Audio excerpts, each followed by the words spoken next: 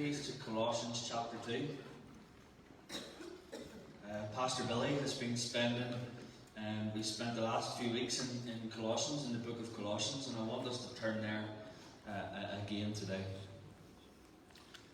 We're going to read Colossians chapter 2, verses 1 to 7 in a moment. Let's pray.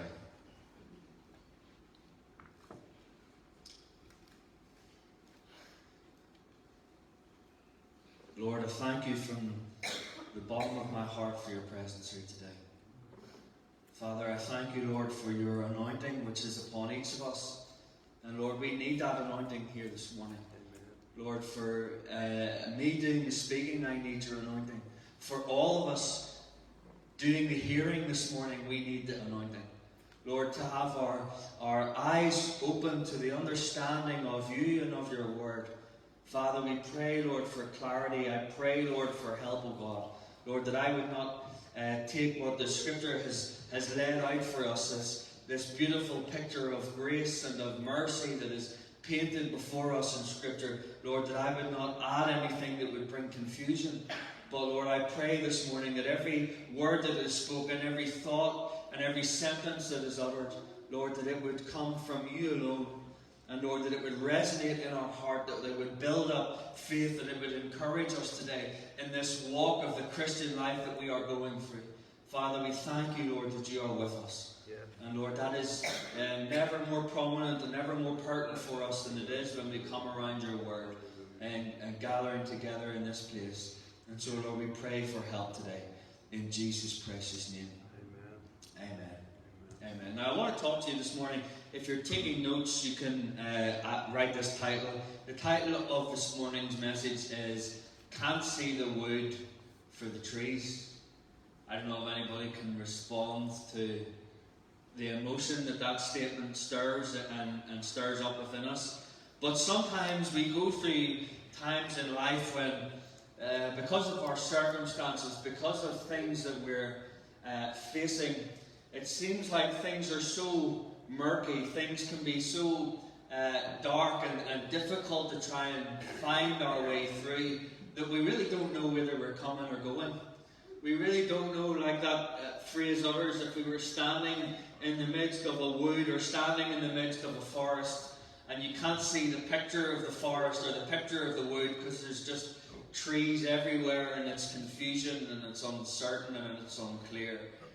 We can all, I'm sure, testify that we can experience times like that in our lives when we can't see things clearly because there's just so much going on personally. And so I just want to share with you again some verses from Colossians chapter 2. And Pastor Billy has touched on these verses. We're going to read some in chapter 2 and some in chapter 1.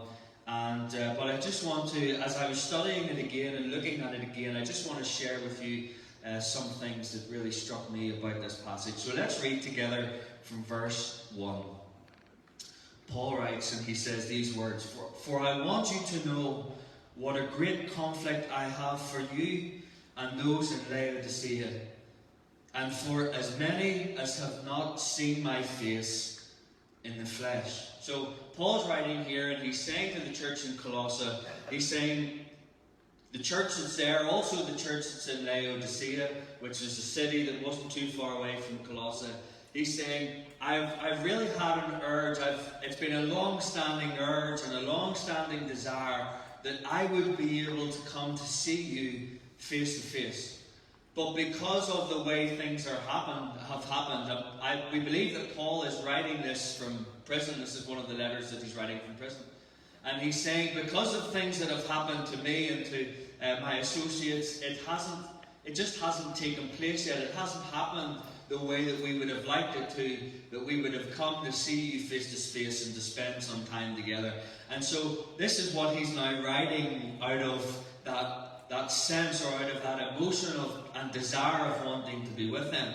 That their hearts may be encouraged, being knit together in love, and attaining to all riches of the full assurance of understanding, to the knowledge of the mystery of God, both of the Father and of Christ. Now, I have to read that slowly because there's a lot in there that needs to be looked at. You see, it struck me as I read that their hearts may be encouraged, being knit together in love, and attaining for or desiring to the riches of the full assurance of understanding. It showed me that there was three things that show three signs of a healthy church, if you like, in that statement. Encouraged hearts, hearts that are knit together in love, and people that are pursuing a firm and a deeper understanding of the things of God. And if you have those three things, encouraged hearts, knit together in love, and attaining for the riches of understanding of the knowledge of God, then when you have those three things in church, it's a sign of a healthy church and a sign of a healthy church life. And so he goes on to then say, in whom, talking about the Father and Jesus Christ the Son, in whom are hidden all the treasures of wisdom and knowledge. Quite a statement, that. In whom are hidden all of the treasures of wisdom and knowledge. Now this I say, lest anyone should deceive you with persuasive words. For though I am absent in the flesh, yet I am with you in the Spirit, rejoicing to see your good order and the steadfastness of your faith in Christ. As you therefore have received Christ Jesus the Lord, so walk in him, rooted and built up in him, and established in the faith, as you have been taught, abounding in it with thanksgiving. Now, I'll go forward. Back to that statement again from verse 2. Attaining to all riches of the full assurance of understanding, to the knowledge of the mystery of God, both of the Father and of Christ. There's a lot in that. There's a lot in that. I had to read that about 10 times before I even understood any of it. Never mind trying to get my head around the whole thing. But here's what I have come to understand. That word attaining, it can literally mean to reach. There's a reaching, there's a desire that is then acted on. That's what attaining is. And so Paul here is now saying that we should be reaching, there should be a desire within us to have this full assurance of understanding. What Paul is showing us here is that when we understand him, his will and his ways, it leads to the building of the assurance of our faith. You see, this is what Paul is trying to get the believers in Laodicea and Colossae to understand. That when we understand the depths of God, we are firmly planted and we are not easily shaken. It means that when the wind of life and the storms of life come our way, we are not being blown about in the wind. Because what Paul is saying here is, when you start to be blown around in the wind and you are not deeply rooted, firmly standing, fully assured, then what happens is, the outcome of that is you begin to get swayed by the thoughts of man. You begin to get swayed by the opinions of man. You begin to get swayed by these philosophies that men begin to build up, and you can be easily swayed. Now, all of us, if we have watched any of the news over the last few days, know that the impact that storms can have on things that endure storms. I saw social media clips of wheelie bins that were 70 feet in the air and 80 feet in the air, trampolines blowing here, there and everywhere, poor people sitting in their homes and just minding their own business until the tree comes caving in and knocks out the whole front wall of their house. You name it, you've seen it on the news over these last few days. Paul is saying that spiritually speaking, when we find ourselves in times of being blown about in the storms of circumstances, whether that be ill health or uncertainty, or whether it be unsure about the future, or whether it be financial problems or family problems or our own personal problems, all of those things can represent the storms of life. But when they come, because we can be deeply rooted in Him and fully assured, because we have a deeper and a further understanding of the Father and of God and of His ways and of His wills, then we can be deeply rooted. What Paul is showing here is he's saying to all of us here this morning that there are riches. There are riches that come with understanding and having knowledge of God. There are riches that come with understanding and having knowledge of God. I know this is quite technical here this morning, but bear with us. I would urge you to go and read these verses again and spend some time studying and looking at them and meditating on them. But this is really what Paul is getting at. That statement, in whom are hidden all the treasures of wisdom and knowledge. So what he's saying is, all of the treasures of wisdom and knowledge can be found in God the Father and Jesus Christ the Son. All of the treasures.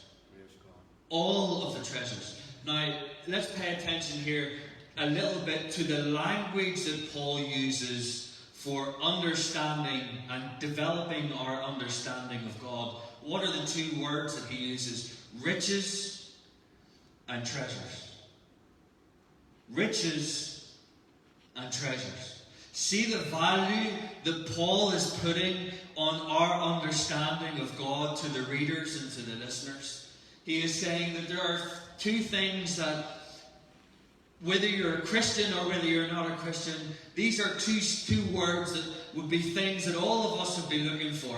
We'd be looking for treasures, we'd be looking for riches, and if treasures and riches came our way, we'd be over the moon, we'd be delighted. And what Paul is saying here is that there are treasures and there are riches that can be yours, but they're not found in anything in this world. They are found in two things. That is God the Father and Jesus Christ the Son.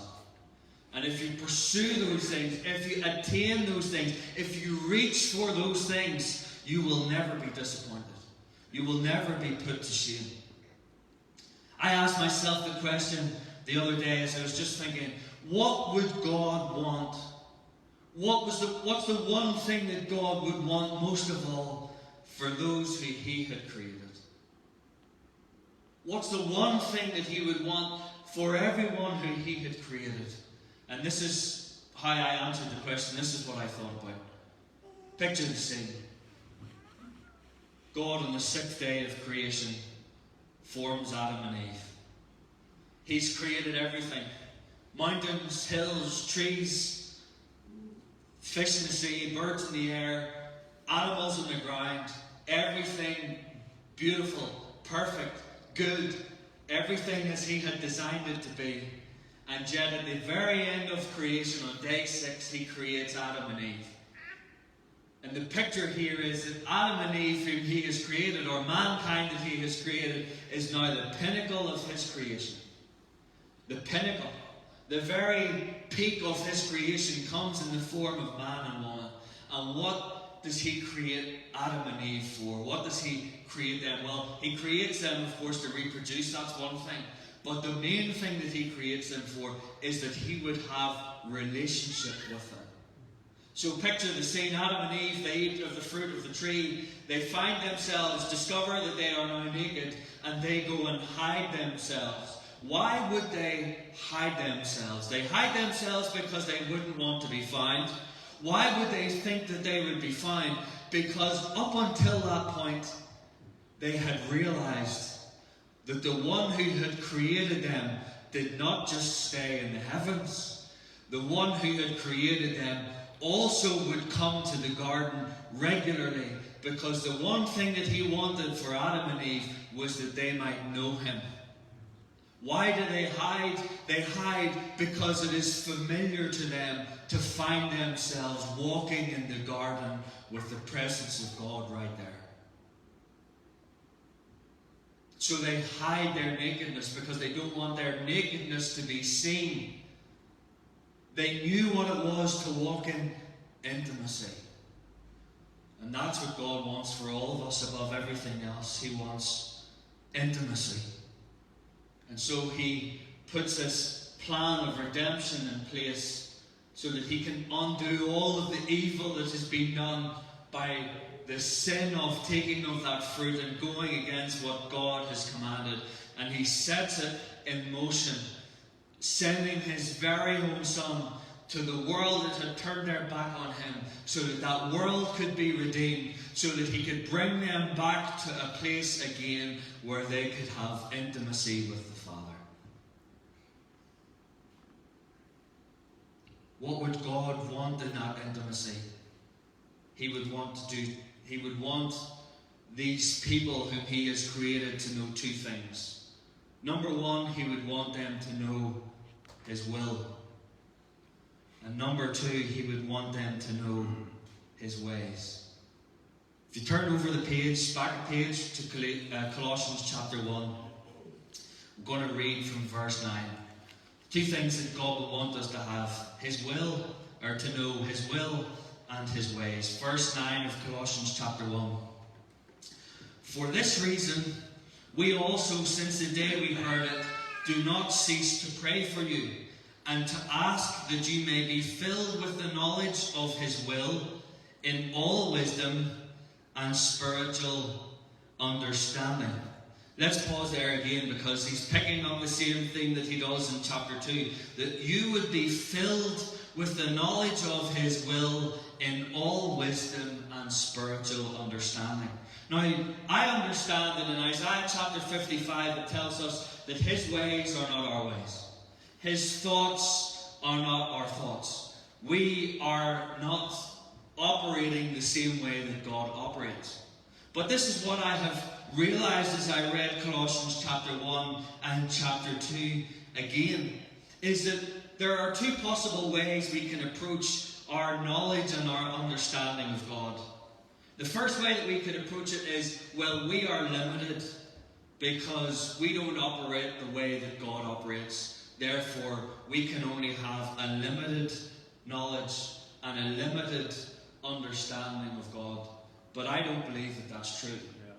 And I don't believe that that is what Paul is getting at here. Why else would he throw in the word all of the time when he's talking about wisdom, knowledge and understanding? He is showing us here that we could have limited, that the outcome of that limited would be, well, I know that I can never understand God, so there's no point in trying. That's no good to anybody. The other way that we could understand the knowledge and the understanding of God is, instead of it being limited, it could be maximized. That is, that in him are hidden all of the treasures of wisdom and knowledge. They're hidden, but they don't stay hidden. They're hidden, but they can be revealed. So our desire should be, instead of thinking, well, I'm down here, God's up here, I'll never get it, I'll never understand it, there's no point in trying. No, for in this statement here in verse 9, Paul is saying that you may be filled with the knowledge of his will in all wisdom and spiritual understanding. Does it sound to you like Paul is saying that there's some stuff that God's holding back? No. God's not holding anything back. His desire for us is that we would be intimate with him. And his desire for that intimacy is that we would know his will, and that we would know his ways, and that we would know all of the riches of the glory of the knowledge of wisdom and understanding, and whatever other words you want to throw in there. He wants us to have it all. That our knowledge of him would be maximized. So let's look here in these verses in Colossians chapter 9, moving on to verse 10. We see here, remember I said that there were two things that he wants us to understand. First of all, his will, and secondly, his ways. Well, his will is laid out for us here in these verses. Verse 10, that you may walk worthy of the Lord, fully pleasing him, being fruitful in every good work, and increasing in the knowledge of God, strengthened with all might, according to his glorious power, for all patience and long suffering with joy, giving thanks to the Father. Praise God. This is the will of God being laid out for us, perfectly clear. Now, you could preach 52 Sundays in the year on the will of God, and you could take a different aspect of the will of God every week, and you could be preaching at it until the cows come home. Or a more spiritual statement would be until kingdom come. Maybe that better than the cows come home, right? So ignore that. So here we have it, some statements about the will of God for our lives. Let's just look at these very briefly. That we would walk worthy of him. That's God's will for our life this morning, brothers and sisters. That we would walk worthy of him. That we would be a mirror image of the attributes of the Holy Spirit, the fruit of the Spirit. That we would walk worthy of him. That we would be fully pleasing to him. Remember Hebrews chapter 11? Without faith it is impossible to please God, but with faith it is always pleasing God. That we would be fully pleasing him with faith. That we would be fruitful. That we would increase in knowledge. That we would be strengthened in all might according to his glorious power. That we would have all patience and long suffering with joy, giving thanks to the Father. Amen. There's 7 or 8 different statements, depending on how you want to break that down, all showing us the will of the Father for us. And you notice how he finishes? He finishes with the statement, with joy, and giving thanks to the Father. The second thing that he wants to bring about in our intimacy with him is understanding his ways. Let's read on. And we begin now to move from his will for us now to his ways, who he is, his character, the God that we serve. Verse 12, picking up after giving thanks to the Father, who has qualified us. Praise God. What a powerful statement Praise that is. God. Who has qualified us. Yes. For all of us this morning that Yes. feel unqualified, good. Hallelujah. But I don't care if you feel unqualified, because you're going by feelings, and